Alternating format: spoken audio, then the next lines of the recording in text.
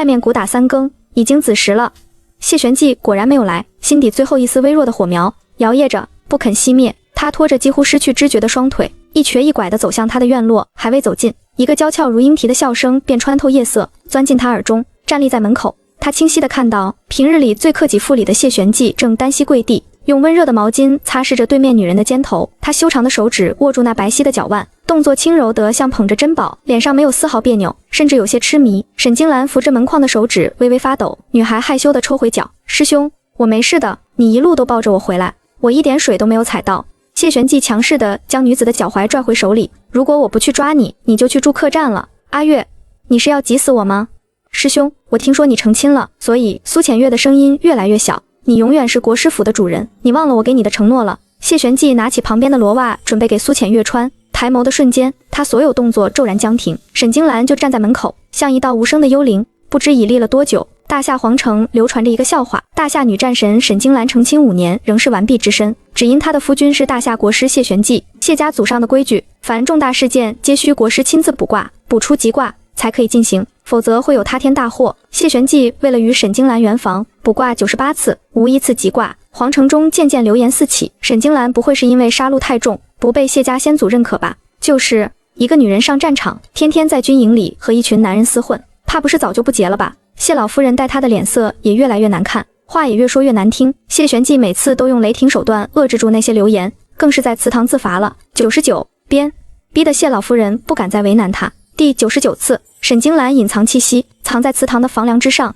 她不能再让谢玄寂因为她受苦了。她手里捏着一枚银针，准备在交杯未落地时将它们变为吉卦。祠堂内燃起了香，有些昏暗。谢玄寂净手焚香，跪拜先祖后，开始卜卦。沈金兰还未出手，卦象已显，一正一反，是吉卦。沈金兰看到卦象，心头压了许久的大石头终于落地了。她收起手中银针，脸色羞赧的准备起身离开。然而谢玄寂却捡起交杯，重新卜卦。他连掷了5次，都是一正一反吉卦的结果。房梁上的沈金兰满脸不解地看着这一幕。只见谢玄寂从怀中掏出一幅小象，画中女子正在扑蝴蝶，一派天真烂漫。他看着画像良久道：阿月，外面的世界还没有玩够吗？你就一点不想念师兄吗？他又盯着交杯看了许久，有良久的凝滞和挣扎，但最终他还是俯身将一只朝上的交杯轻轻一扣，转为朝下，吉卦变凶卦。起身时他喃喃自语：阿月，我在等你最后一次，第100次我一定要给金兰一个满意的结果。原来如此，似是被香烟熏了眼睛，沈金兰的眼睛酸疼，流下一滴泪，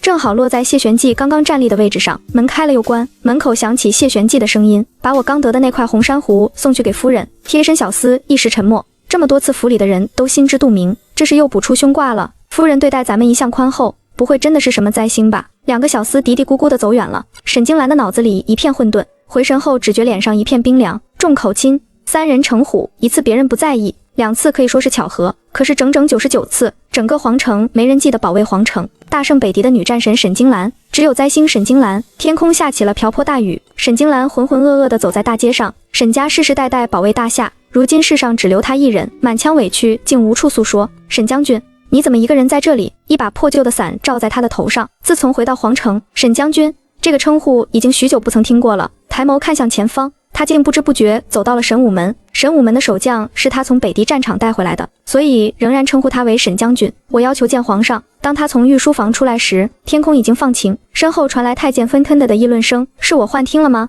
谢夫人刚刚在求圣上允许他和离永守边疆，跟国师大人闹矛盾了。你肯定是听错了。整个皇城谁不知道谢夫人爱国师如命，怎么会舍得跟他和离呢？肯定是我听错了。10年前边疆战败，朝中已无大将可派，按照祖制，国师要以身殉道，祈求天道怜悯。那年谢夫人才14岁，小年纪自请出战，在边关苦熬了5年，九死一生，大胜北狄，才换回了国师的命。是啊，皇城谁不知他们是一对恩爱非常的神仙眷侣？还记得他们5年前大婚，轰动了整个皇城，流水席摆了1个月，至今我房中还留着当初国师大人撒的金瓜子呢。3年前，北狄探子给夫人下药，国师不顾众人的反对，用7碗心头血才从阎王爷手里救回自己夫人的命。1个月前，我听说谢老夫人的侄子对谢夫人不敬，国师根本没给自己母亲面子，直接处决了那名族人，更是放话胆敢背后拖谢夫人者不会放过。听着太监的议论，沈金兰扯了扯唇角，眸底的嘲讽越来越浓。是啊，所有人都知道他和谢玄寂是一对恩爱夫妻，自幼相伴，可以交付性命的情谊。边关5年，是他一封封真情实意的信件给了他坚持下去的力量。不曾想，在他为他拼命流血的5年，他早已爱上了自己捡回来的小师妹。还记得当初他来信告知他时，说起此事，偶得一师妹，容貌酷似金兰，她在风雪中受难，我便想起了你在边关的难处，心痛如裂，愿你平安，我会在皇城一直等你。从此，两人互通的信件中多了一个名字，苏浅月。今日我教阿月打坐，他竟睡着了。阿月真的一时一刻都坐不住，眼睛盯着书，心思早就飞到墙外的糕点摊上去了。他并不是没有怀疑过，可是他刚刚归来，谢玄寂就带着10里红妆求娶，他的眼中全是对他的思念和缱绻的深情，心底的疑虑渐渐打消。直到今天，他才知道，原来他一直在为自己的小师妹守身，任由他一次次陷在流言蜚语的漩涡中。身为大夏国师，终生不可离皇城，你若决定永守边疆，那你们此生再无相见的可能。5天后颁布和离圣旨，如果你后悔了，随时来找朕。想起临走前皇上的话，沈金兰的目光看向国师府的方向，低低回答：无悔。沈金兰踏入院门，雨水的沁骨寒意已浸透衣衫，沉重的发髻散乱地贴在颈侧，白芷远远望见，欣喜地朝内室禀报：夫人回来了。话音未落，门内便响起急促的脚步声，谢玄寂快步而出，将他一把拥入怀中。他温暖的体温透过湿冷的衣衫传来，声音里浸满了担忧与心疼。你去哪儿了？怎么弄得这般狼狈？快随我回房更衣，莫要着凉了。无妨，他轻声答道，声音平静的没有一丝波澜，从他怀中缓缓退开。我进宫了。谢玄寂似有心事，未曾追问他为何进宫，只是招呼着丫鬟赶紧烧热水，又拿了干净的毛巾给他擦头发。他伸手想要帮他脱掉身上的湿衣服，沈清闲下意识地后退半步。成婚5载，未曾圆房，谢玄寂始终谨守男女大防，偶尔的亲近都能让他心动不已。此刻他却浑身不自在，这些事情让白芷作罢。谢玄寂闻言，伸出的手在半空微微一掷，心底闪过一丝慌乱，面上仍旧温雅平静，从善如流地离开了内室。氤氲的热气熏得人昏沉。沈金兰靠在桶壁上，往事如潮水漫过心房。她的生母早逝，是被谢老夫人养大。那时的谢玄寂是个上房揭瓦的皮猴子，他会故意藏起他珍爱的绢花，在他急得快哭出来时，便戏法似的拿出来，得意的晃，会偷偷在他练字的宣纸上画一只丑丑的小乌龟，被他追着满院子跑，笑声能惊起一树雀鸟。他总有办法惹恼他，又总有更蹩脚的法子哄他破涕为笑。那时的打打闹闹，身体相处是坦荡的，带着青梅竹马独有的赤诚。凯旋而归那日，他10里红妆相迎，自此待他温和体贴，无可指摘。他却总觉得他们之间隔了一层看不见的纱。如今他终于想明白，那个曾经爱他的少年，终是在等他的岁月中爱上了别人。一滴温热的水珠从眼角滑落，混入浴汤，分不清是泪是水。沈金兰收拾妥帖，斜倚在软榻上出神，周身却仿佛仍萦绕着雨夜的寒气。此时，谢玄寂端着姜汤进来，他将白瓷碗轻轻放在他手边，温声道：趁热喝，驱寒。沈金兰没有喝，只是用瓷勺轻轻地搅动着，荡开一圈圈涟漪。他忽然开口，声音平静无波：今日可曾卜出吉卦？室内骤然一静，谢玄寂沉默良久，喉结微动，最终低低吐出2个字：未曾。沈金兰抬起眼眸，静静地望着他，目光清透如冰，仿佛能穿透他所有伪装。谢玄寂脸上极快地闪过一丝心虚，下意识地避开了他的注视。我们还年轻，圆房之事不必急于一时。搅动汤勺的手倏然停住，勺子和瓷碗发出一声碰撞的脆响。婆母年事已高，谢家9代单传，不如我们。那句和离已悬在唇边，却被门外一声通传骤然打断。夫人，老夫人请您过去说话。谢玄寂眉头瞬间锁紧，近些年母亲为求子嗣有些魔怔，此时唤他定无好事，我同你一起去。他语气不容置疑。不必。沈金兰侧身避开，却被他抢先一步牵住了手，另一只手轻轻地刮了几下他的鼻子，嗓音低沉温柔：有为夫在，不会让你吃亏。小时候他犯错被父亲责罚时，他也总是这样牵着他的手。有我在，伯父的戒尺一下都不能落在你身上。回忆扎得他的心脏隐隐作痛。两人行至院门，他的贴身小厮满脸狂喜地奔来，见到沈金兰在场，那喜色僵在脸上，竟来不及收敛。谢玄寂面色一沉，声音骤冷：糊涂东西，莽莽撞撞，仔细冲撞了夫人。小厮慌忙躬身，凑到谢玄寂耳边急急低语。沈金兰耳力极佳，小厮的话清晰地落入他的耳中：爷，浅月小姐回来了，已经到城门外了。谢玄寂面上不动声色，手上的力道却暴露了他此刻的欣喜。沈金兰在心里默数：1、2、3，终于在数到3的时候，手被咻的一下松开。谢玄寂满脸抱歉：金兰，突然有紧急公务，我处理完马上去母亲那里接你。说完，他也不等沈金兰回答，带着人急匆匆地朝着府外走去。眼前似蒙了一层薄纱，谢玄寂的背影越来越模糊。到了老夫人的院落，他直接被带到小佛堂，自从谢玄纪因为他娘家唯一的侄儿当众托恩他被斩杀后，沈金兰再也没有见过他。厚重的经书和纸张已经备好，沈金兰熟练地跪下准备抄经，却发现这次没有准备墨汁。秦嬷嬷刺耳的声音响起：“老夫人说了，定是你杀孽太重才会。99次都是凶卦，平常的抄经怕是消除不了你的罪孽，用血抄经才显诚心。”锋利的刀尖刺破指尖，殷红的血珠瞬间涌出，滴落在雪白的宣纸上，晕开一小片刺目的红。沈金兰凝视着那不断扩大的红点，一时有刹那的恍惚，是出来癸水时温柔的教导，是出征前哭红的双眼，是为了给他求得吉卦跪拜了。999接台阶膝盖的红肿，曾经将他捧在手心的谢老夫人，在一次次凶卦中，在谢玄纪一次次为他顶撞争吵中，在谢家非戴单传的压力下，终究与他渐行渐远，直到10根手指都鲜血淋漓，沈金兰才把经书抄完，手指的钝痛汇聚在一起，直冲心脏。他撑着肿胀的膝盖起身，外面鼓打3更，已经子时了。谢玄纪果然没有来，心底最后一丝微弱的火苗摇曳着，不肯熄灭。他拖着几乎失去知觉的双腿，一瘸一拐地走向他的院落，还未走近，一个娇俏如莺啼的笑声便穿透夜色，钻进他耳中。站立在门口，他清晰地看到，平日里最克己复礼的谢玄纪正单膝跪地，用温热的毛巾擦拭着对面女人的肩头。他修长的手指握住那白皙的脚腕，动作轻柔得像捧着珍宝，脸上没有丝毫别扭，甚至有些痴迷。沈金兰扶着门框的手指微微发抖，女孩害羞地抽回脚：“师兄，我没事的，你一路都抱着我回来，我一点水都没有踩到。”谢玄纪强势地将女子的脚踝拽回手里：“如果我不去抓你，你就去住客栈了。阿月，你是要急死我吗？”“师兄，我听说你成亲了，所以……”苏浅月的声音越来越小，“你永远是国师府的主人，你忘了我给你的承诺了。”谢玄纪拿起旁边的罗袜准备给苏浅月穿，抬眸的瞬间，他所有动作骤然僵停。沈金兰就站在门口，像一道无声的幽灵，不知已立了多久。他脸上温存的笑意瞬间僵住，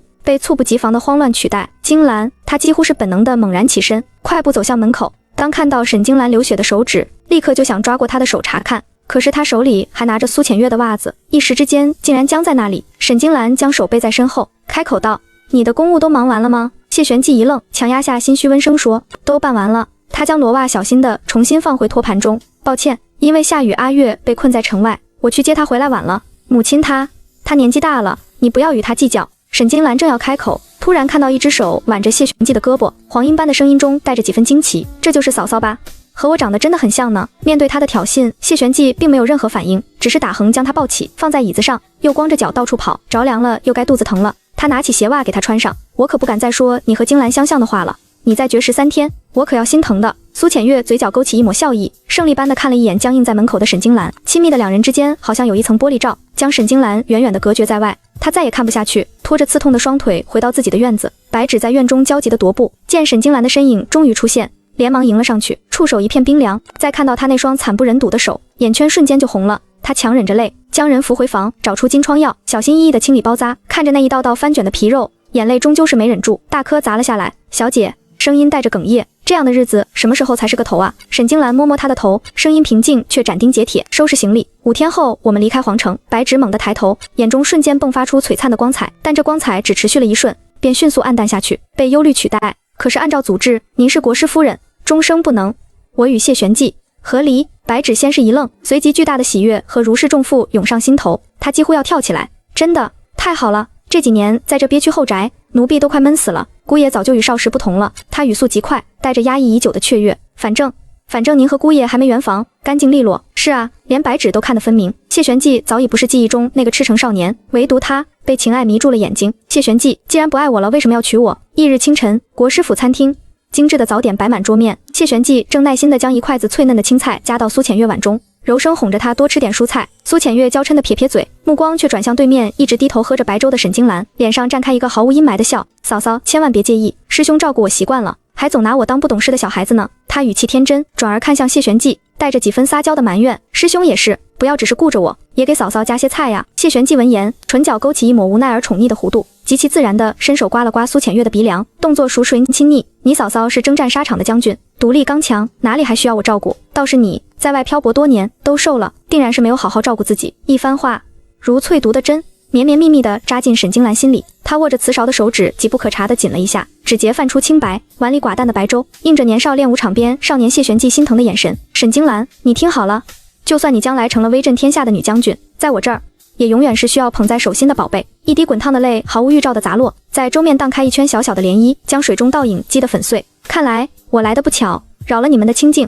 一道听不出喜怒的声音自门口响起，沈金兰抬眸望去，心头猛地一滞，她的目光落在来人斑白的鬓角上，许久未见，谢老夫人竟老了那么多，似的人眼睛发酸。她身子也不再如从前硬朗，微微佝偻着，一只手紧紧扶着秦嬷嬷，另一只手竟握上了一根沉沉的檀木拐杖。她佝偻的背刺的沈金兰脚步一顿，竟然僵在那里。未等她上前，一个活泼的身影已如蝶般从她身边掠过，亲昵地挽住了老夫人的胳膊，语声甜糯：“老夫人，阿月回来啦，这些年可想您了。”谢老夫人慈爱地拍了拍苏浅月的手背，语气是许久未见的温和：“回来就好，回来就好。”她的目光随之淡淡扫过僵立的沈金兰，在她缠着厚厚纱布的手指上停留了一瞬，随即便蓦然移开，在苏浅月的搀扶下坐下。餐桌上，苏浅月笑语艳艳，体贴地为老夫人布菜，说着在外游历的趣事，哄得老夫人脸上难得露出了真切的笑意。当听闻苏浅月漂泊多年至今仍无婚配时，老夫人脸上的笑意淡去，神色变得晦涩不明。她抬起眼，目光先是极快地瞥了一眼沉默不语的沈金兰，随即看向身旁的谢玄纪，语气带着不容置疑的决断：“阿月年纪也不小了，总不能一直这么没名没分地住在国师府。我算是他在世上唯一的长辈，他的未来夫婿我会好好替他选的。”谢玄纪脸色骤然一沉，语气生硬地打断：“母亲，阿月还小，此事不急。儿子心中自有主张，不劳母亲费心。”老夫人脸上的温和瞬间冻结，化为一片寒冰。苏浅月委屈地跑了，谢玄纪起身去追，离开前深深地看了沈金兰一眼。谢老夫人生气地用拐杖哐哐敲着地面，冷哼一声也离开了。沈金兰端起那碗已经凉透的粥，一勺一勺地喝完，起身离开。当看到两个在花园里纠缠的身影，沈金兰如同被无形的钉子钉在原地，廊柱的阴影将她彻底笼罩。苏浅月背着包袱，渲然欲泣地走向府门，谢玄纪疾步追上，一把攥住她的手腕：“月儿，别走！”他的声音里竟带着他从未听过的破碎的慌乱与哭腔：“师兄，放手吧，错过便是过错了。”苏浅月泪眼婆娑：“你已娶了嫂嫂，我们终究是没缘分了。”不，谢玄纪情绪失控，脱口而出：“我娶她只是因为你。当年你留下一封信就消失得无影无踪，我找你快要找疯了，我只能用这场全城瞩目的婚事逼你出现。那10里红妆，1月流水席，都是为了你，每一个字都像一把淬了冰的利刃，精准地插进沈金兰的心窝。原来他期盼已久的婚礼，竟是他为另一个女人设下的盛大而残忍的局。苏浅月似乎被震撼，喃喃道：“可你们终究是夫妻，不是？”谢玄纪急切地剖白，如同抓住最后一根稻草。这些年我一直偷偷把吉卦改成凶卦，我从未碰过它。5年来，我一直为你守身，我心里自始至终只有你一个人。师兄，苏浅月呜咽一声，投入他怀中，语带卑微：“可我只是个孤女，如何比得上嫂嫂？”谢玄纪紧紧拥住他，斩钉截铁，声音清晰的残忍：“沈家早已绝后，她才是真正的孤儿。你有我，我不会让别人看清你半分。”说罢，他俯下身，旁若无人的深深地吻住了她。沈金兰站在那里，感觉全身的血液都凝固了，食指的伤口不再痛，因为心已经痛到麻木，碎成了唾粉。池畔鱼儿洒下，引得锦鲤争相跃出水面，一片喧嚣。嫂嫂真是好兴致。沈金兰未曾回头，听脚步声便知是苏浅月。她带着胜利者独有的姿态，缓步走近，立在沈金兰身侧，声音甜美却啐着毒：“嫂嫂不愧是上过战场的女将军，知晓了那般真相，竟还能如此淡定的在此喂鱼。”沈金兰抬眸，平静地看向他。原来他早就发现了，你想如何？苏浅月脸上的笑容愈发灿烂，也愈发冰冷。自然是，请嫂嫂将本就不属于你的位置物归原主。若非当年我负气离开，这国师夫人的头衔又怎会落到你一个无依无靠的孤女头上？孤女这2个字像最锋利的匕首，精准地刺穿他心底最深的伤疤。曾几何时，那个少年谢玄纪紧紧抓着他的手，在父亲灵前一字一句的承诺：“兰儿，别怕，从今往后你有我。”如今同样是这个人，将他最痛的伤口血淋淋地刨开，来成就他心上人的洋洋得意。他眼底最后一点微光彻底寂灭。苏浅月见他沉默，上前一步，姿态更加咄咄逼人：“今天我就让你彻底死心。”就是这一瞬间，苏浅月眼中闪过一丝狠绝的金光，她猛地抓住沈金兰的手腕，同时身体向后一仰，2个人同时栽进了冰冷的池水中。阿月！几乎是同时，谢玄纪的身影从不远处疾奔而来，纵身跃入冰冷的池水，奋力游向那个他视若珍宝的人。经过沈金兰时，甚至都没有看一眼。谢玄纪抱着浑身湿透、不断咳嗽的苏浅月上岸，他脚步未停，只留下一句冰冷刺骨的话：“沈金兰，若阿月有事，我绝不会原谅你。”沈金兰看着他们离去的背影，笑了。原来根本不需要什么选择，他的行动早已说明了一切。回到冷清的院落，强撑的意志力骤然松懈。沈金兰当晚便发起了高热，意识在灼烧中沉浮。恍惚间，她仿佛又回到了5年前大婚的那一日，眼前是一片喜庆的红。她蒙着华丽的盖头，被一双温暖而坚定的大手牵引着，一步一步走向他憧憬了无数次的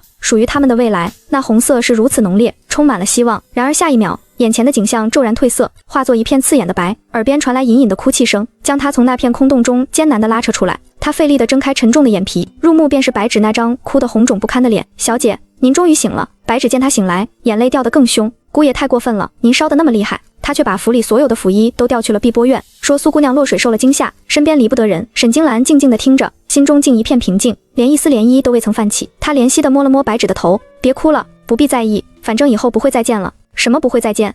门被人从外面用力推开，撞在墙上发出巨响。谢玄寂带着一身未散的戾气闯了进来，视线触及他苍白如纸的脸色时，微微怔愣了一下。你生病了？白芷忍无可忍，豁然起身。同样都是落水受寒，苏姑娘需要府医全部待命守护，我们小姐难道就不能生病了吗？谢玄寂脸上闪过一丝窘迫，沈金兰轻轻拍了拍白芷的手背，示意她先出去。室内只剩下2人，谢玄寂清了清嗓子，抱歉，我不知你病了。阿月客居在此，你作为主母，将他推下水，于情于理，我多关照他一些，也是应当。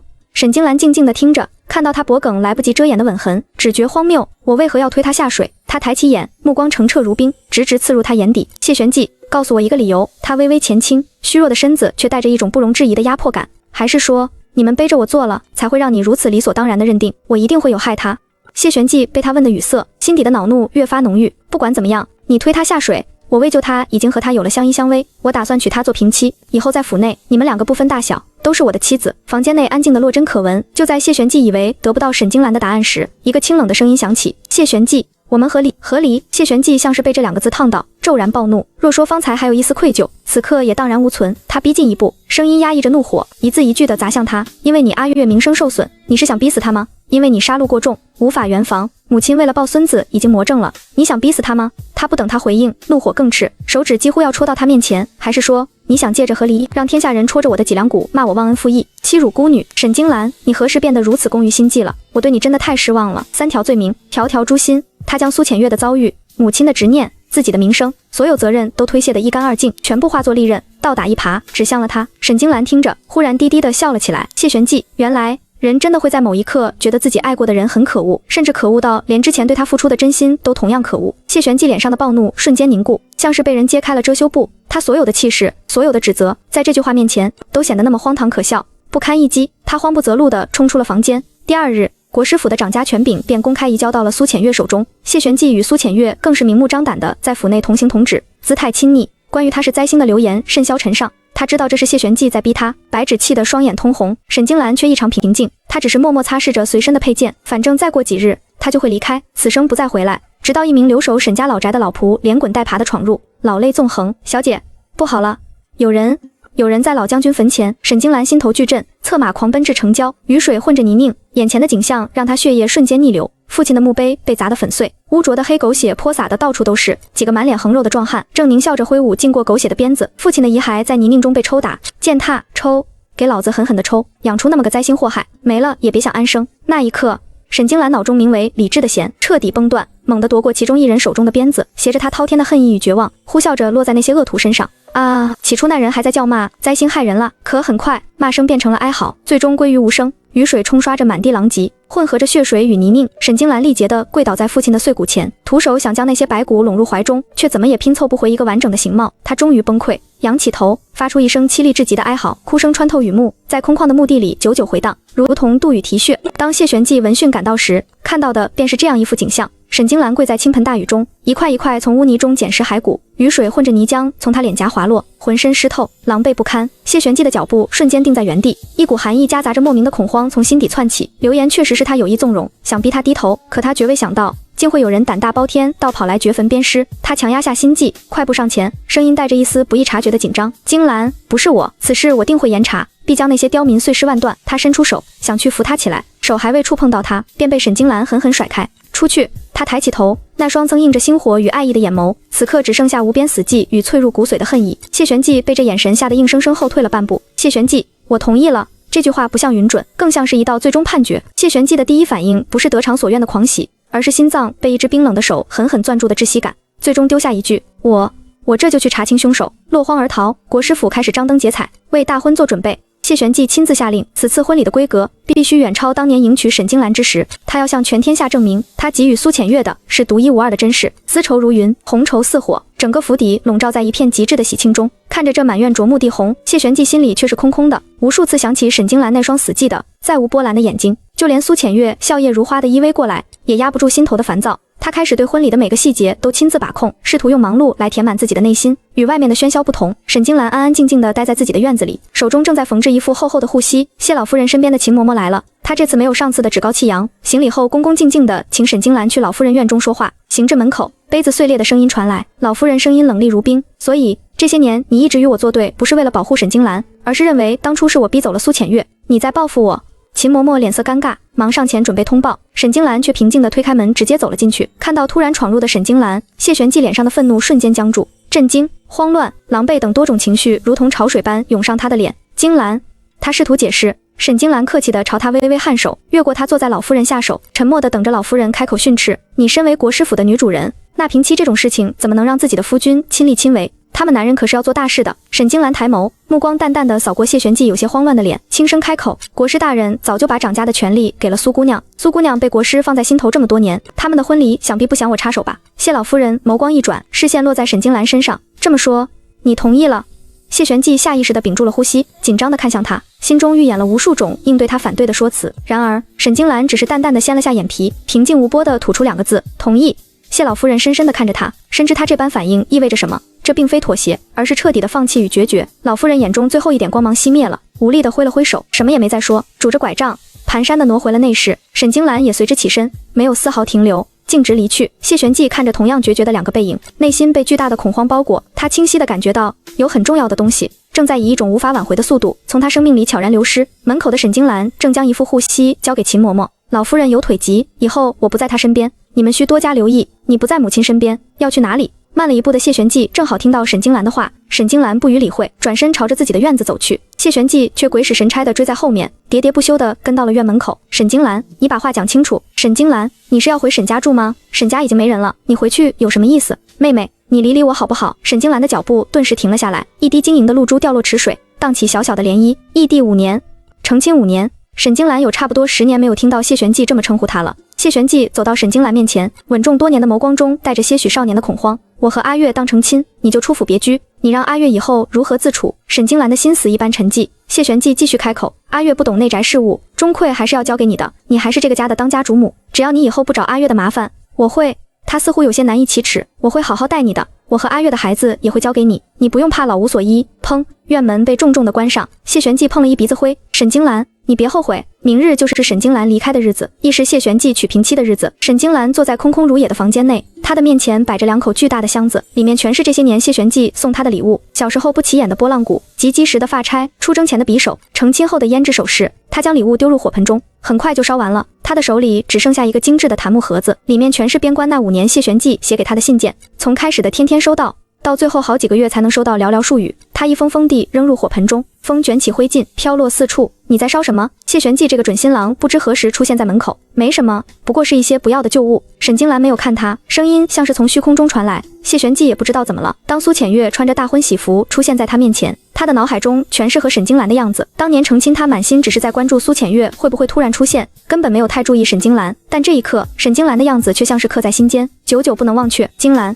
我已经卜出吉卦了。不待沈金兰回应，他又自顾自地说：你看，我刚刚想要娶阿月，就卜出了吉卦，就连上天都明示了，他不是来拆散我们的，他是来加入我们的。等我明日和阿月成为夫妻后，我们也挑个吉日，我谢玄纪此生唯有你们2人。阿月年纪小，你多让让他，我们3个好好把日子过好。沈金兰的胃本能地缩了一下，她用审视的目光看着眼前的男人，觉得他此时荒谬的可笑。她转身回到院中，关上院门。谢玄纪，爱情的路上，3个人太挤了，盯着紧闭的院门许久。谢玄纪招来自己的贴身小厮，去寻一些稀奇物件，每日给夫人送来，尤其是兵法谋略，他尤为喜欢。小厮战战兢兢地开口：大人，我感觉夫人这次真的生气了，她不会离开吧？谢玄纪沉默了一刻，坚定地开口：国师一脉，不可离皇城，沈家已无人，她无处可去，她只是生气了，等我哄哄她就好了。金兰，娶了阿月，我此生再无遗憾，以后我一定好好疼爱你。翌日清晨，国师府内吹吹打打，好不热闹。没人注意，2匹快马从后门奔出，直奔城门而去。看着高高的德胜门，想到5年前他凯旋而归，万人欢呼的场景，如今是万人厌弃的灾星，灰溜溜的像个丧家犬一样，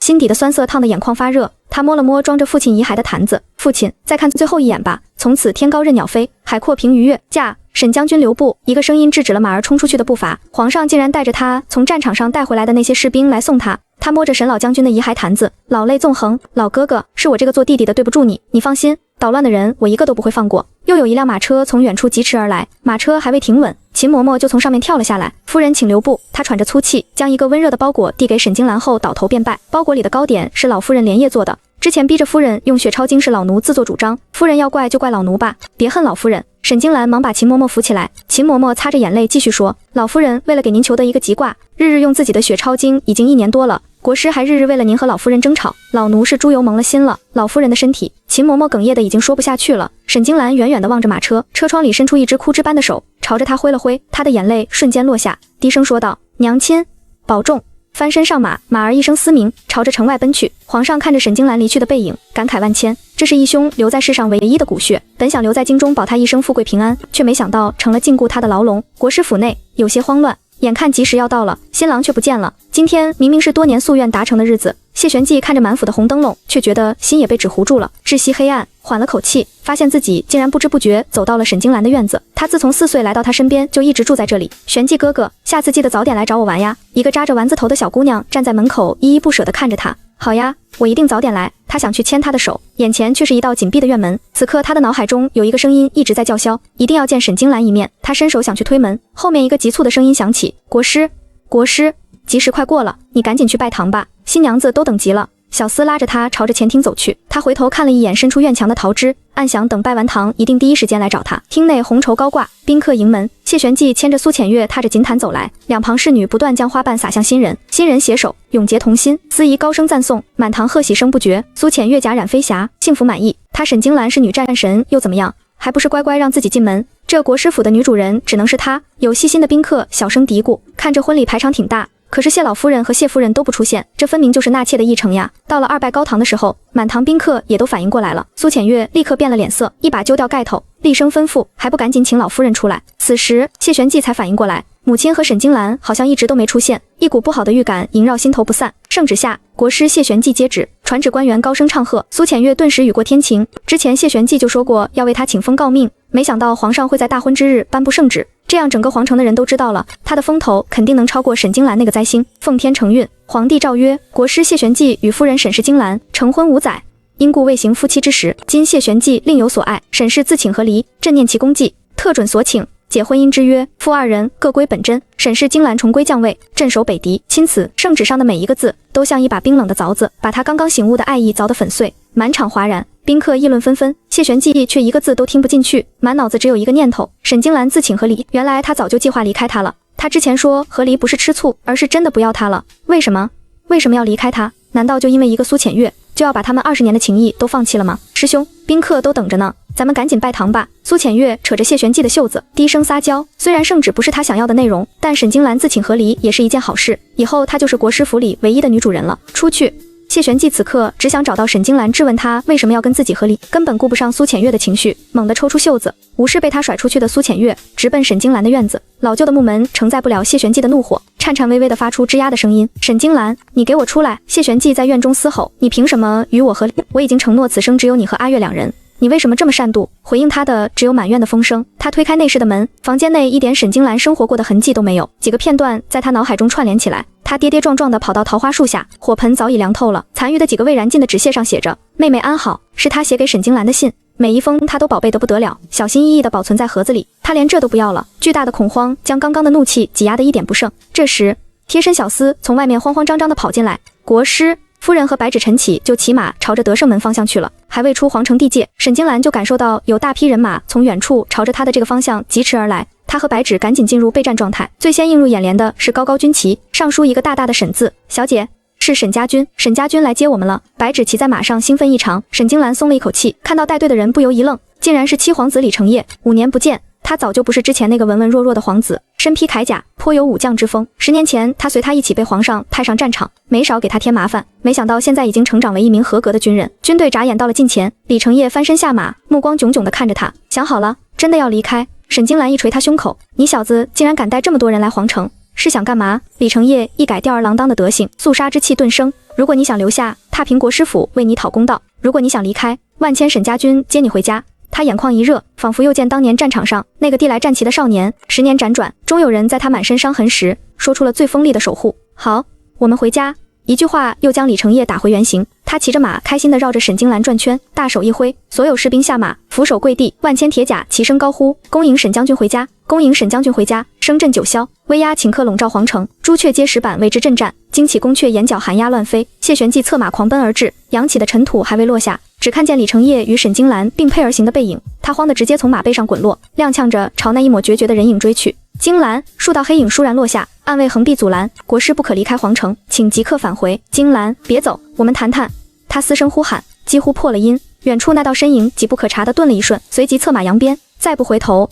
身影在官道尽头越来越淡，像一抹即将消散的晚霞。让我过去！谢玄寂疯了一般要冲破桎梏，暗卫只得死死将他按在地上。他食指深深抠进泥土，用尽全身力气向前爬行，沙砾磨破指尖，在黄土上拖出数道血痕。京兰，我真的不出奇怪了。他抬起头，望着空无一人的官道，喃喃，最后一丝力气随着这句话彻底耗尽。公道上的青石板沁着寒意，谢玄寂已在此跪了3天。往来宫人窃窃私语，国师执意要娶自己师妹，为平妻逼走了沈将军，如今又求皇上收回和离旨意，真是荒唐。那些议论像针扎在他心上，万千滋味翻涌，最终凝成一个沉重的悔字。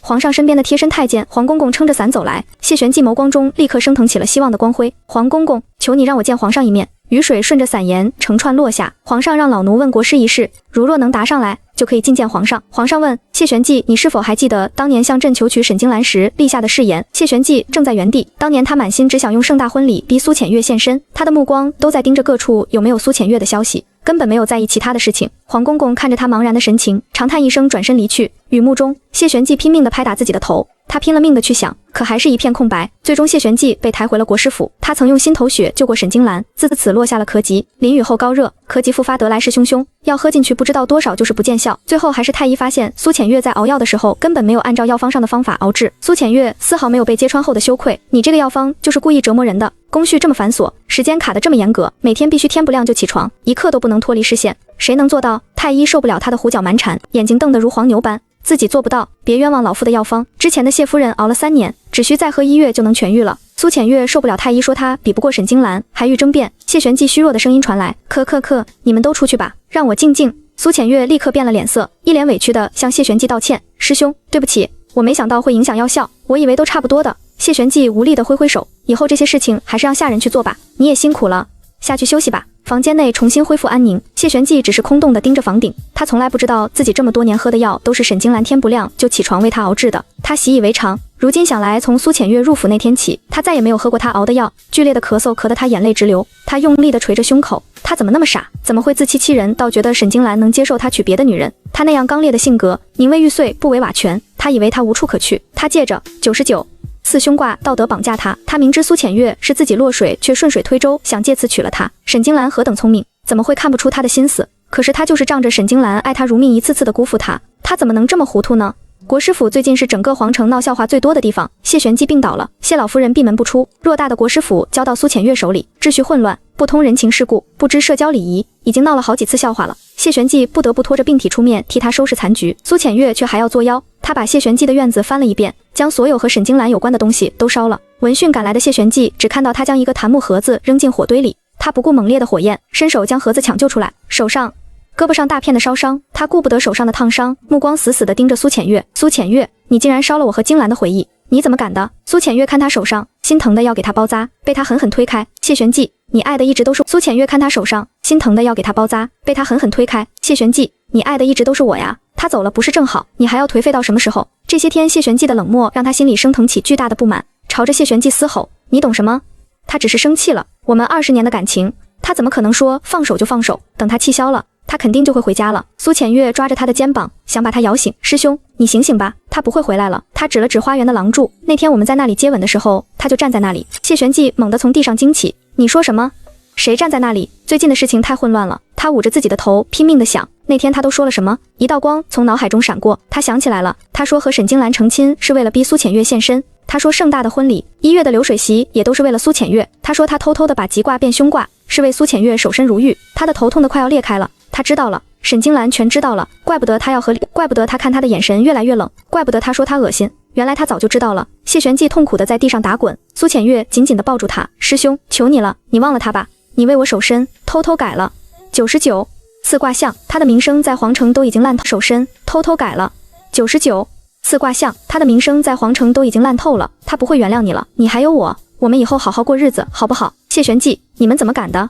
一个苍老的声音传来，带着巨大的震惊和愤怒。看到谢玄纪院子里火光冲天的谢老夫人，最终还是因为放心不下儿子，匆匆赶来。没想到刚到门口，就听到了这样一个惊天的秘密。他拄着拐杖，颤颤巍巍地走到谢玄纪面前。老夫人，您听我解释。苏浅月试图拦住谢老夫人，被他一拐杖打到一旁。他目光冷冽地盯着谢玄纪，刚刚他说的是不是真的？谢玄纪目露羞愧，在自己母亲的注视下，硬着头皮答道：是真的。啪！一记耳光狠狠地打在谢玄纪的脸上。谢玄纪，你怎么能这么对待他？他可是大夏的战神，你竟然用99次凶卦将他折辱成了一个杀孽深重的灾星。她是从小陪你长大的妹妹，是危难时用命换你平安的救命恩人，你怎么忍心的？鲜红的掌印映衬着谢玄纪的脸庞更白了。啪！又一记耳光狠狠地打在他自己的脸上，脸上泪痕遍布。我怎么能这么对他？周围人都慌了神。谢玄纪猛地跪在地上，语带哀求：母亲，您心里有气尽管打我，千万不要伤害自己。谢玄纪猛地跪在地上，语带哀求：母亲，您心里有气尽管打我，千万不要伤害自己。他一把推开谢玄纪，缓缓伸出双手：我从小捧在手心里长大的乖乖，服药知道给我吃糖，累了知道给我捶肩，14岁还没有马高，就为了你上了那吃人的战场。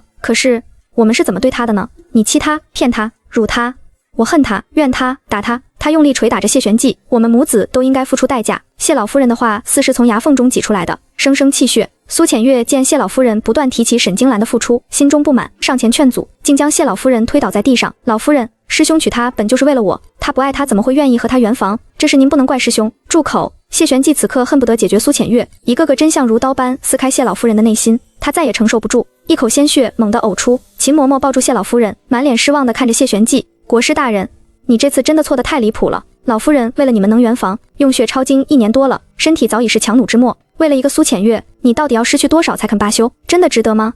谢玄纪颓然地跪在地上，他早就后悔了。谢老夫人昏迷了3天3夜后，终于醒了，一直守在外面的谢玄纪，他早就后悔了。谢老夫人昏迷了3天3夜后，终于醒了，一直守在外面的谢玄纪当即想要上前查看，被秦嬷嬷挡了回去。国师，老夫人说了，此生与你生死不见。谢玄纪如遭雷击，身形猛地一晃，踉跄着后退了半步，方才勉强站稳。生死不见，他喃喃地重复这4个字，每个字都像烧红的烙铁烫过喉咙。他失去了沈金兰，如今连母亲也要失去了。他如游魂般走回自己的院落，装着书信的檀木盒子躺在污泥中，盖子已经不翼而飞，信件沾满了污泥，散落得到处都是。他小心翼翼地将它们清理干净，借着月光在黑夜里细细品读。他知道战场的危险和辛苦，沈金兰的信中却从不提及。他总是乐于跟他分享边关的趣事。他说：哥哥，来了边关才知道世上还有脾气那么大的风，将我的脸都吹红了。他说：哥哥，今天我们渡过一条会跳舞的河，冰块碎裂的叮叮作响，好像在给他伴奏。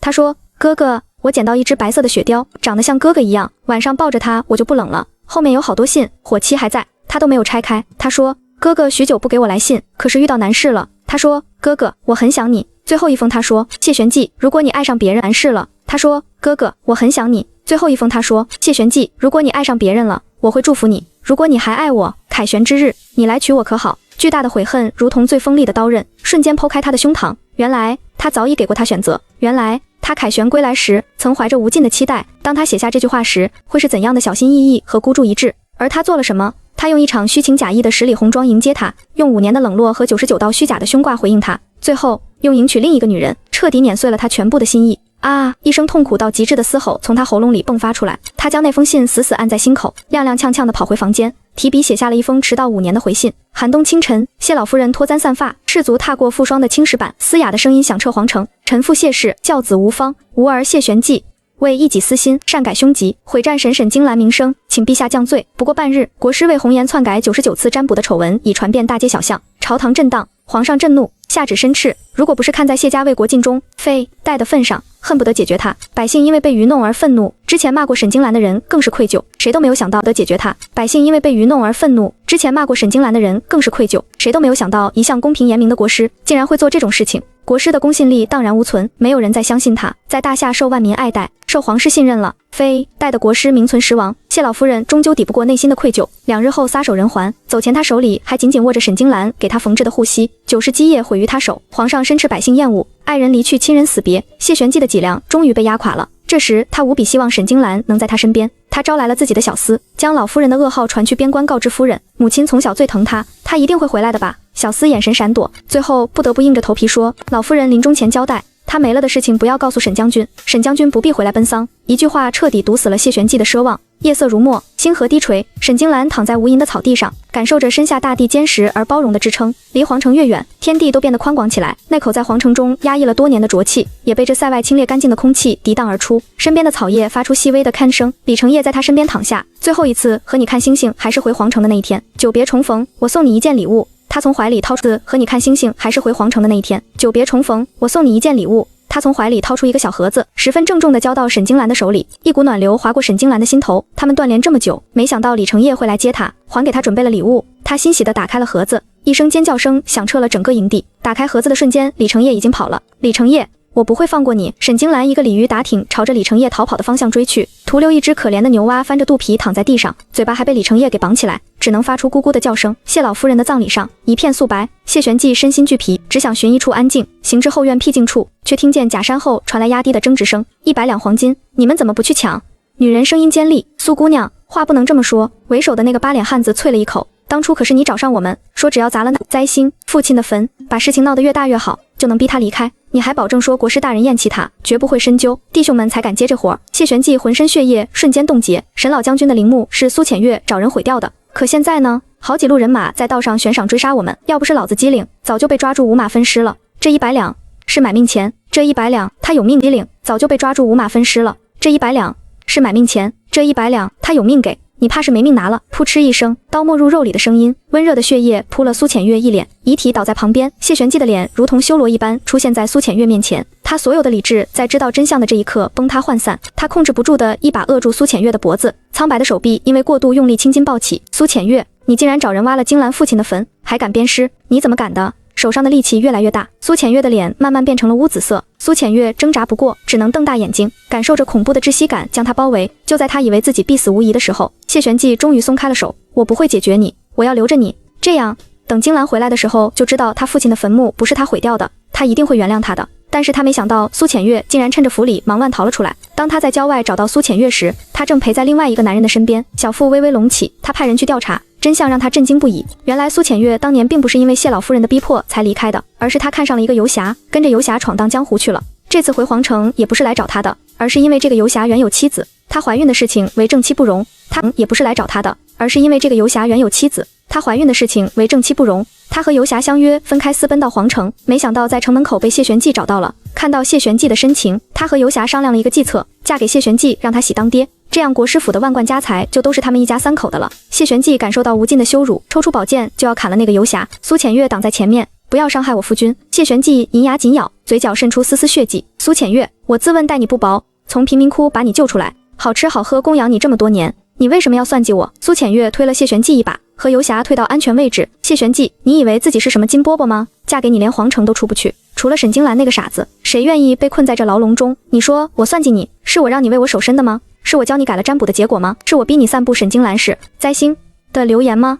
我本来想找机会离开国师府出来找我夫君，是你抓住我，不让我离开，非要娶我，不是我算计你，而是你自己主动走入我的瓮中。直到此刻，谢玄寂才后知后觉意识到自己是多么的愚蠢可笑，悔恨如潮水般袭来，将他整个人彻底淹没。住口！住口！他的头更疼了，潮水般袭来，将他整个人彻底淹没。住口！住口！他的头更疼了。他不想再听到苏浅月说起那些旧事，他却像开闸的洪水一样，是要将心头的怒意宣泄干净才罢休。你心里很清楚我是自己落水的，可是你还是先救我，一眼都没有看他，因为你觉得终于可以抓到他的把柄，可以娶我了。你真是个愚蠢又虚伪的男人，我要解决你。谢玄寂举起手里的剑，朝着苏浅月刺去。此时他只想将他碎尸万段。嗖，利剑穿透虚空，直直地打掉了谢玄寂手中的剑。大理寺奉旨拿人，闲人回避。侍卫将他们团团围住，上前扯着苏浅月和他夫君离开，不许带他们走。谢玄寂上前阻拦，被几个侍卫打倒在地。阻拦大理寺办案者，打死不论。几个人围着谢玄寂，将他打得鼻青脸肿。呸！还以为自己是位高权重、受人尊敬的国师呢。一个领头模样的人上前一把抓住谢玄寂的衣领，狠狠地给了他一拳。谢玄寂，你真不是东西！当初求娶沈将军时，在皇上面前许下承诺，此生为沈将军一人，不娶平妻，不纳妾室，一生一世一双人。没想到从一开始你就是骗他的。沈将军为你在战场上搏命，好几次差点倒在敌人手里，九死一生的回来，你凭什么这么对？为你在战场上搏命，好几次差点倒在敌人手里，九死一生的回来，你凭什么这么对他？说完带着人直接转身离去。谢玄寂伸出手想要抓住些什么，最终什么都没有。沈将军，皇城又来信了。看着熟悉的字迹，沈金兰的心里泛起一丝涟漪。她并不想关于谢玄机的任何事情，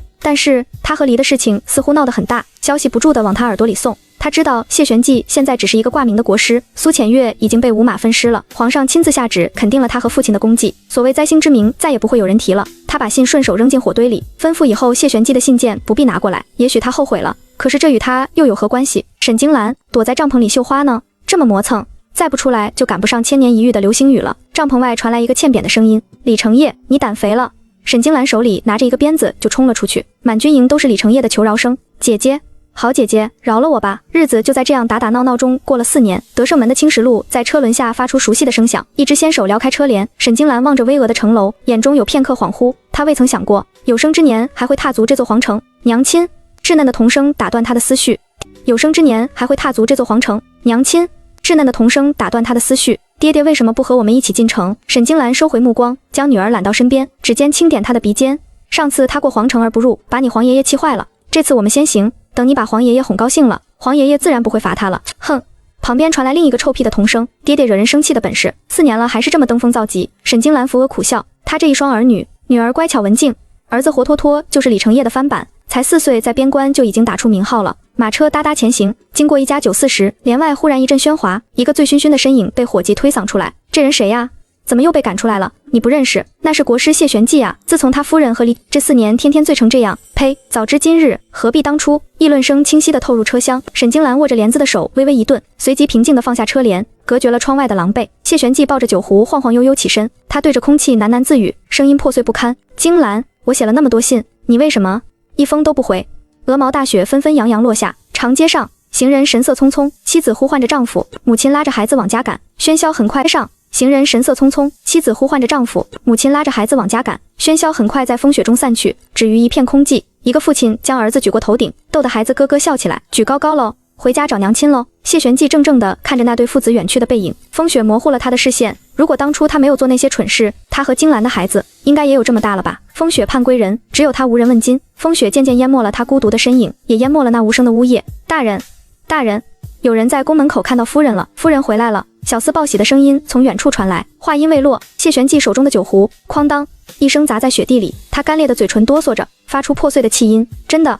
他一把推开人，眼眶通红的踉跄着要往宫门方向冲去，积雪湿滑，他重重摔倒在地，却仿佛感觉不到疼痛，用手扒着冰冷的雪地向前爬行，嘴里反复念着：“是他，他回来了，我得去。”我得去见他。黄公公恭敬地将沈金兰送出宫，宫门在他身后缓缓关闭。2个小家伙把皇上和太后哄得满面红光，被太后留在宫里。他站定，伸手接住一片飘落的雪花，看他在掌心化作一滴微凉。4年了，皇城的伸手接住一片飘落的雪花，看他在掌心化作一滴微凉。4年了，皇城的雪似乎依旧，是时候要回沈家老宅看看了。金兰，准备登车的沈金兰听到这抹熟悉的声音，脚下一顿。下意识回头，就看到谢玄机跌跌撞撞地从远处跑来，他没有停下脚步，踩着马蹬上了车。走吧。谢玄机已经到了近前，不断拍打着车窗。金兰，金兰，你给我一个解释的机会，求求你，不要走。马车丝毫没有停下的迹象，谢玄机大步去追，早已掏空的身体没几步就瘫倒在地了，只能眼睁睁看着马车消失在拐角。沈金兰回到沈家老宅，院落整洁如初，连她旧日院中的那株梅树都被精心照料着，枝头已缀满细密的花苞。老仆拄着扫帚上前，花白的眉毛拧在一起，压低声音抱怨：“小姐，姓谢的那个狠心的人还在门口守着，赶都赶不走。这冰天雪地的，我就怕他倒在咱们门口，平白惹来晦气。”沈金兰捧着热茶，轻轻吹开拂叶，呷了一口，才淡淡道：“让他进来吧。”从他决定回皇城的那一刻起，便知道他和谢玄机终有见面的那一天，避无可避。有些结总要亲手解开，有些路总要当面划清。茶香袅袅中，2人对坐，沈金兰执壶解开。有些路总要当面划清。茶香袅袅中，2人对坐，沈金兰执壶为他斟了一杯热茶，动作流畅，姿态疏离。谢大人，找我何事？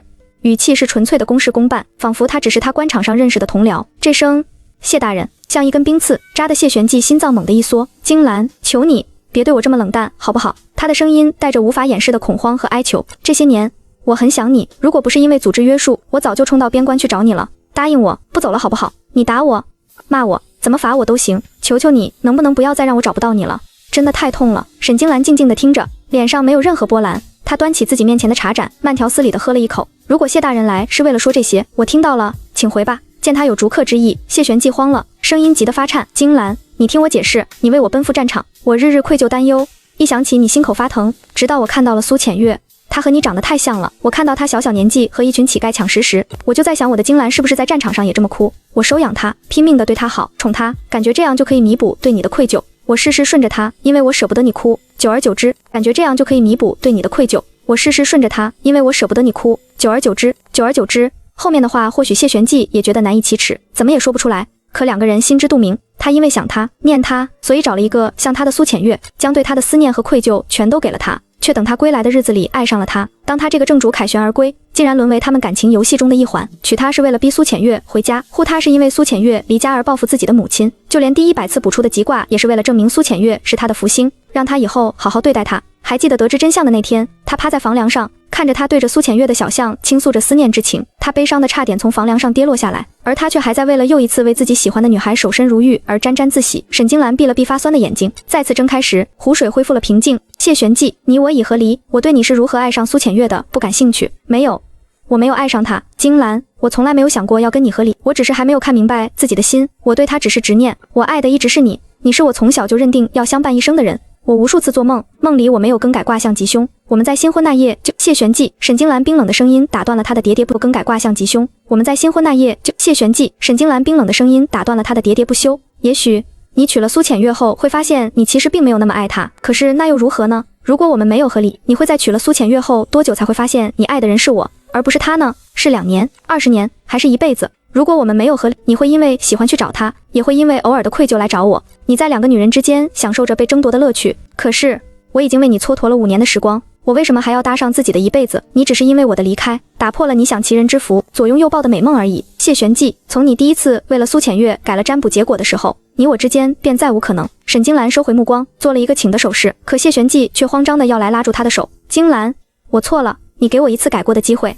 你不能一声不响地找皇上请了和离圣旨，连一个机会都不给我就离开，这对我不公平。沈金兰一把甩开他的手，笑得讽刺。谢玄寂，你不会觉得在我发现你不爱我后，我还要苦苦纠缠你，要一个结果，求一个原因吧？其实在我回来之前，我想过你会变心。从前你嘴里只会有我名字，后来你的来信中却满篇都是苏浅月，我给过心。从前你嘴里只会有我名字，后来你的来信中却满篇都是苏浅月，我给过你选择的机会。你不爱我可以不娶我，我奔赴战场，为你为家也为国，可是你千不该万不该将我对你的感情当作逼迫另一个女人爱你的筹码，将我们大婚成为你追逐他人的工具。谢玄寂，你凭什么说爱我？凭什么跟我要公平，要机会？沈金兰的声音依旧平静，却如同一把钢刀，狠狠地插进他的心窝。谢玄寂在他的声声质问中败下阵来，跌坐在地上，脸上彻底没了血色。他张张嘴想解释什么，却发现自己再也无法为自己狡辩。你就这么恨我吗？一点机会都不愿给我？沈金兰静静地看着眼前的人，她的眼中都是痛苦和懊悔。谢玄寂，我不恨你，恨一个人太累了，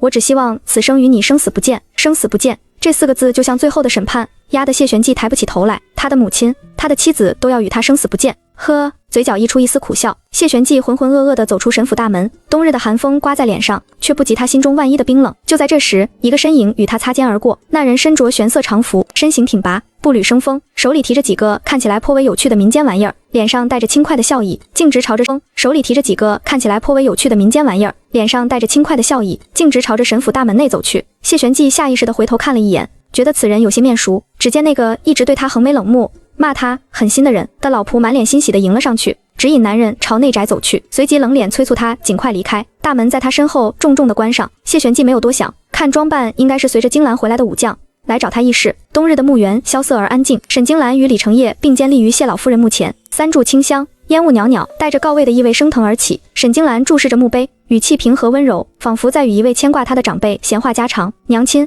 这是李成业，我的夫君。他顿了顿，声音里染上一丝真实的暖意。他待我极好，我们还有了一对可爱的儿女，我现在过得很好，您可以放心了。李成业上前一步，揽住沈金兰的肩头，语气轻松。老太太，您之前虽做了不少错事，但看在你最后拼尽全力为我夫人证明的份上，我替我夫人原谅你了。沈金兰闻言，轻轻用手肘碰了他一下，低声道：又胡说。可他心里清楚，李成业这番看似不敬的话，恰恰说出了他想说却不能说的话。他是真的原谅这位曾如母亲般待自不敬的话，恰恰说出了他想说却不能说的话。他是真的原谅这位曾如母亲般待他，又曾伤害过他的老人了。一阵仓促的脚步声打破了宁静，谢玄寂匆匆赶来，发丝凌乱，呼吸急促。金兰，他的话语在看到李成业揽在沈金兰肩头的手时戛然而止。你是谁？把你的手拿开！谢玄寂盯着李成业搭在沈金兰肩头的手，声音冷得像冰。李成业没松手，反而将沈金兰更往自己身后带了带。他迎上谢玄寂的目光，语气沉稳：我是他的夫君，麻烦你以后离我夫人远一点。你胡说，我不信。谢玄寂像是被这句话刺穿了理智，猛地伸手就要去推开李成业。李成业身形如山，岿然不动，反而将他震得踉跄后退数步。谢玄寂的目光越过李成业，直直定在沈金兰身上，声音带着最后的乞求：金兰，他是骗我的，对不对？你根本就没有嫁人，对不对？沈金兰静默地从李成业身后走出，与李成业的手紧紧交握在一起。他就是我的夫君，我早就成亲了。那两只十指交握的手，像最灼热的火焰，瞬间烧毁了谢玄寂最后的理智。不！他嘶吼着，像一头濒死的野兽，不管不顾地冲上前，疯狂地想要撕扯开那两只紧扣的手。你肯定是骗我的！我们在一起，管不顾地冲上前，疯狂地想要撕扯开那两只紧扣的手。你肯定是骗我的！我们在一起20年，你那么爱我，为了我连自己的命都可以不要，你怎么可能爱上别人？然而，回应他的是李成业一记毫不留情的重拳。李成业的拳头直接往他脸上招呼，早就想打你了，老子放在心尖尖上的人，你竟然让他受这么多委屈。谢玄寂根本不是李成业的对手，被打得抱头缩在地上。好了，别打了，这是在谢老夫人的墓地。沈金兰适时出声，李成业终于止住拳头。沈金兰冷冷地看着躺在地上的谢玄寂，不管你信不信，我早已心属他人，你该放手了。两人转身，携手踏着积雪离去，他们的背影在雪幕中如此契合，仿佛天生就该并肩而行。看着那个本该属于他的身影越走越远，一股掺杂着极致不甘、嫉妒和毁灭欲的疯狂猛地窜上心头，瞬间吞噬了所有的理智。那双布满血丝的眼睛死死盯着他们消失的方向，偏执地重复着，如同诅咒：金兰，你是我的，我绝不会让任何人抢走你，绝不会。早已门可罗雀的国师府，小厮急匆匆地往内宅赶去。自从沈金兰走后，谢玄寂就一直居住在他的院子里。那些被他烧掉的东西，他用尽心力买到一样的摆在原来的位置，一直居住在他的院子里。那些被他烧掉的东西，他用尽心力买到一样的摆在原来的位置。大人，查到了。小厮手里拿着户部的文书，户部的户籍档案上显示沈将军并没有成亲。谢玄寂兴奋地接过文书，高兴地翻看了好几遍，声音一改往日的阴沉，变得轻快起来。我就知道，金兰不可能不爱我，她肯定是找了一个身边的武将来气我。快去祠堂把那快玉牌请出来。小厮领命离开，谢玄寂手中紧紧握着那份文书。金兰，这次我一定会好好对你。皇上寿宴，觥筹交错，一派和乐，丝竹管弦之声悠扬，席间欢声笑语不断。然而这份欢愉被一个不速之客骤然打破。已沉寂许久的谢玄寂忽然现身，他身着昔日国师的华服，头发梳理得一丝不苟，却掩不住面容的憔悴与眼中异常的亢奋。他的出现让整个大殿瞬间安静下来，落针可闻。皇上脸色骤然阴沉，众大臣削弱寒蝉，无人敢出声。谢玄寂却无视这凝滞的气氛，他的目光穿透所有人，痴痴的、缱绻的锁在坐在皇上身侧的沈金兰身上。他一步步走向御前，目光未曾须臾离开沈金兰，声音温柔的令人毛骨悚然：金兰，我来娶你了。满座离开沈金兰，声音温柔的令人毛骨悚然：金兰，我来娶你了。满座皆惊，沈金兰更是满脸震惊与难以置信。谢玄寂恭敬地伏地跪拜，双手高高托起一个锦盘，上面整齐地摆放着9块温润却沉重的玉牌，那是谢家9代人为大夏王朝鞠躬尽瘁、世代尽忠的象征，是谢家全部的荣耀与根基所在。陛下，他抬起头，眼神里是孤注一掷的疯狂与恳求。微臣自知罪孽深重，万死难赎，但今日臣愿以谢家9代功绩，换取陛下收回成命，将金兰重新赐婚于臣。他的声音在大殿中回荡，带着一种毁灭性的执拗。这一次，臣以谢家列祖列宗的名义起誓，绝不负他。皇上的脸色阴沉着不说话，竟然有人当着他的面要娶他的儿媳妇。他的逆子等了沈金兰那么多年，不管怎么逼都不肯成亲，好不容易把人娶回来了，竟然又来抢。坐在他旁边的小姑娘却满脸不解地说：皇爷爷，这个人是要求娶我娘亲吗？这声音如同一道惊雷，劈得谢玄寂猛地抬眸望去，只一眼，他浑身血液仿佛瞬间冻结。那小姑娘的脸简直和小时候的沈金兰一模一样。你是？他瞳孔骤缩，震惊的语无伦次。一个可怕的猜想浮上心头，让他几乎是他瞳孔骤缩，震惊的语无伦次。一个可怕的猜想浮上心头，让他几乎窒息，随即摇头否认：不可能，绝对不可能！我去户部查过，根本就没有成亲的记录。哼！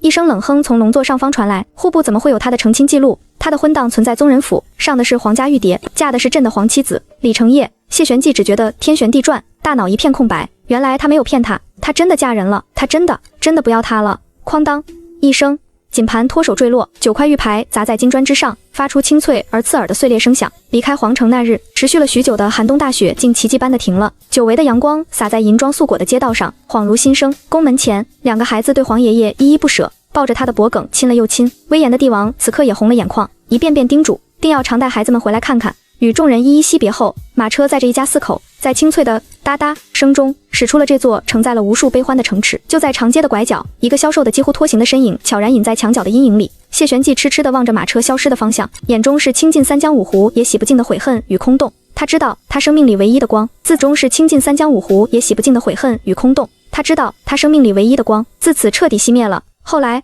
一部《金兰传》悄然问世，继而传遍大夏的街头巷尾。书中不仅记录了女战神沈金兰所有的赫赫战功，更细致描绘了边疆的风土人情、士兵的英勇与牺牲，以及那些被宏大历史所忽略的真实而动人的细节，文笔恳切，充满敬意，读之令人动容。人们通过这本书真正认识了他们的守护神，无人知晓作者是谁，只有他自己知道。他已离开了皇城，隐姓埋名，正用余下的生命一步一步丈量他当年走过的烽火之路，一字一句镌刻他早已不需要，而他必须完成的忏悔与救赎。